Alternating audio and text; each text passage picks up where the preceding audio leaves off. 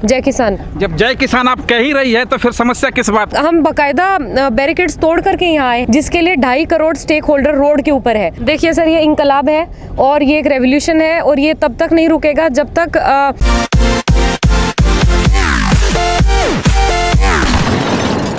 नमस्कार, मैं जय निवास कामगार इंडिया में आपका स्वागत है।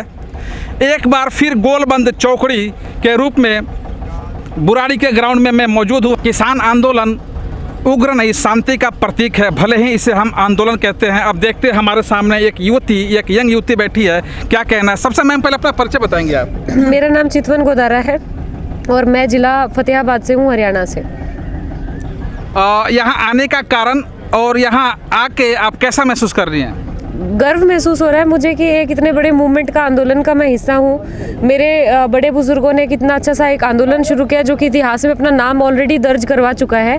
और मैं अपने आप को मैं इस आंदोलन से इसीलिए बहुत ज़्यादा अटैच्ड हूँ क्योंकि मैं भी फार्मर फैमिली से बिलोंग करती हूँ। चाहे मेरा प्रोफेशन आज की डेट में एडवोकेसी है, लेकिन मेरी रूट्स जो हैं वो गाँव से उठ के आई हैं। वो रूट्स मेरी फार्मिंग में है। मेरे फादर एक फार्मर है, मेरे जो पूर्वज हैं वो सारे फार्मर्स रहे हैं। तो मेरे को मालूम है कि ये लोग यहाँ पर क्यों बैठे हैं और इनका जो पेन है वो क्या है। आप जैसा कि बताएं कि आप एक एडवोकेट भी हैं, कहाँ प्रैक्टिस करती हैं और इन काले कानून के बारे में आपके पास क्या जानकारी है? देखिए, मैं दिल्ली में प्रैक्टिस कर रही हूँ पिछले 2 साल से। मेरी सारी एजुकेशन दिल्ली यूनिवर्सिटी से हुई है। मैं मिरांडा हाउस से ग्रेजुएट हूँ, उसके बाद में लॉ फैकल्टी से ग्रेजुएट हूँ। तो आप ये मान सकते हैं कि अगर मैं यहाँ बैठी हूँ और अगर मैं इन लोगों के समर्थन में आई हूँ तो ये किसी एजेंडा के, प्रोपेगेंडा के तहत नहीं है। मैं एक्ट्स को अच्छे से पढ़ करके आई हूँ। मुझे मालूम है कि उसके अंदर क्या क्या लूप होल्स है जिसको गवर्नमेंट ने एड्रेस करना तो छोड़ो, एड्रेस करने के बारे में सोचा भी नहीं है। तो मैं मानती हूँ कि ये जो पेपर पे जो चीज़ बहुत सुंदर दिखती है उसको ग्राउंड पे इम्प्लीमेंट करना उतना ही ज़्यादा मुश्किल है। इस एक्ट्स के अंदर इतने सारे लूप होल्स हैं कि वो आखिर में जाके जो ये कह रहे हैं कि काला कानून है उसको, उसकी हकीकत को एकदम ये सार्थक कर देंगे थोड़े टाइम में। एज ए एडवोकेट आपके पास अच्छी खासी जानकारी है और सरकार कह रही है कि कानून में हर तरह के हम संशोधन करने को तैयार हैं, फिर एतराज किस बात की? वो संशोधन करने के लिए तैयार कहाँ है? पहली बात तो वो आप ये देखिए कि इतने बुरे दिन गवर्नमेंट के आ गए कि उनको सड़क के अंदर खाइयाँ खोदनी पड़ गई इन लोगों को रोकने के लिए। जो देखिए, आप जब पंजाब जाते हैं, हरियाणा जाते हैं, जब ये वोट मांगने जाते हैं एक वोटर के घर में, इनको अच्छे से स्वागत किया जाता है, इनकी बातें सुनी जाती है, इनको आगे से चाय परोसी जाती है, इनको चीज़ें परोसी जाती हैं। ये जब वही जो लोग जिन्होंने इनको वोट दिया वो जब इनसे मिलने के लिए दिल्ली आ रहे थे, आप सोच नहीं सकते इनके ऊपर एक्सपायर्ड टीयर गैसेस तक छोड़े गए, इनके ऊपर वाटर कैनन्स छोड़े गए। तो ये क्या तरीका सही था? तो ये डायलॉग करने के लिए तैयार क्यों हुआ? डायलॉग करने के लिए तो हम लोगों ने इनको मजबूर किया है। वो हम बकायदा बैरिकेड्स तोड़ करके यहाँ आए हैं। ये कहाँ हमसे बात करने के लिए आए? हमने सरकार पहले आपको दिल्ली में एंट्री नहीं दी और अब झुकते झुकते यहाँ तक आ गई है कि 4-5 दौर की बैठक भी हो गई है, फिर भी आप किसान मानने को तैयार नहीं हैं। आप कैसी बात कर रहे हो? डेमोक्रेसी में 4-5 मीटिंग हो गई एक ऐसी जायज़ डिमांड के लिए जिसके लिए 2.5 करोड़ स्टेक होल्डर रोड के ऊपर है।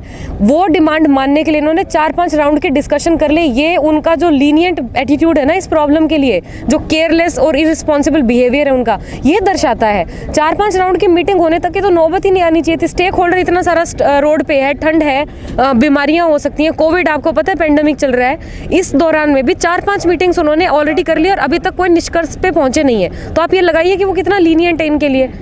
वो करना ही नहीं चाह रहे हैं। किसानों को कब तक निष्कर्ष मिलेगा और क्या मिलेगा, तब तक किसान किस रास्ते चलेंगे और क्या क्या करेंगे? देखिए सर, ये इंकलाब है और ये एक रेवोल्यूशन है और ये तब तक नहीं रुकेगा जब तक सरकार सामने से आकर के जो या तो वो क्या करे, या तो ये वापस ले, या तो रोल बैक करे टोटल, या वो जो लूप होल्स हैं उनको टोटली एड्रेस करे। जैसे हमारे सीनियर्स जा करके, जो हमारे फार्मर जो नेता हैं वो जाके उनके सामने जो भी डिमांड रखेंगे उनको प्रॉपरली एड्रेस करेंगे। वो जब तक एड्रेस नहीं करेंगे, जब तक वो हमारे लीडर्स को सेटिस्फाई नहीं करे, जब तक बैठे हुए एक एक बंदे को सेटिस्फाई नहीं करेंगे, हम लोग नहीं जाएंगे यहाँ से।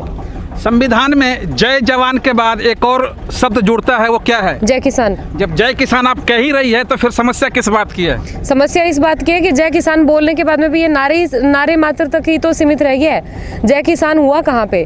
आज किसानों के साथ जय नहीं हो रहा, बस किसान केवल है, वो भी पीड़ित अपने हक के लिए आंदोलनरत। अगर आप ये वीडियो YouTube पर देख रहे हैं तो हमारे चैनल को सब्सक्राइब करें और बेल आइकन को दबाना ना भूलें। अगर आप Facebook पर यह वीडियो देख रहे हैं तो हमारे पेज को लाइक करें